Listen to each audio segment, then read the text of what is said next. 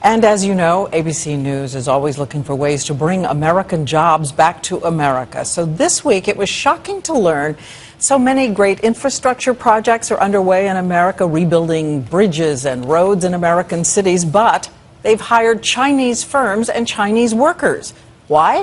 2020 anchor Chris Cuomo is the captain of our Bringing America Back team, and he decided to track down those people who made these decisions. Rebuilding America's crumbling infrastructure is now a priority.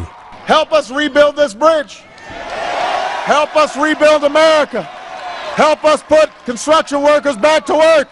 In New York, a $400 million renovation of the Alexander Hamilton Bridge. In California, a whopper, a $7.2 billion new bridge to connect San Francisco and Oakland.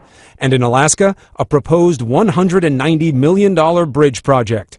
Sounds like a great opportunity for government spending to actually lead to real jobs.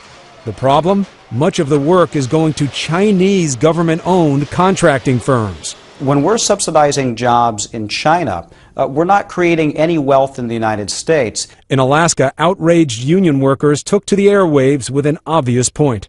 This is not the time to send more jobs to China. Our tax dollars will provide hundreds of jobs there, not at home.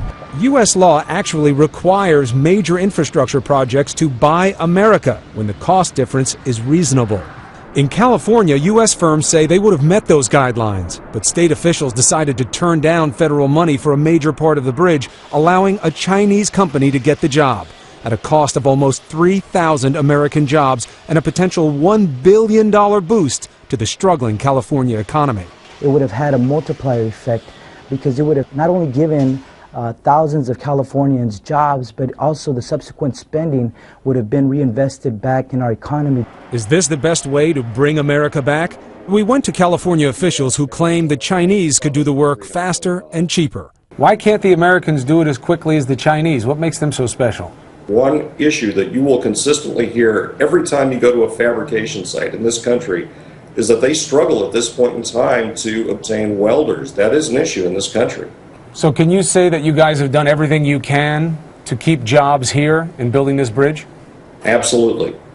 But would American companies have done it, Chris, for a little less money and tried to race it along? The U.S. firms say absolutely. They say they could have done this job. And there's a bigger point here. It's not a level playing field. The Chinese firms are state-owned. They don't pay their workers as much. That's why the Buy America laws were passed. If states can get around them, Diane, we'll never bring America back. You have to enforce the rules to let American companies play.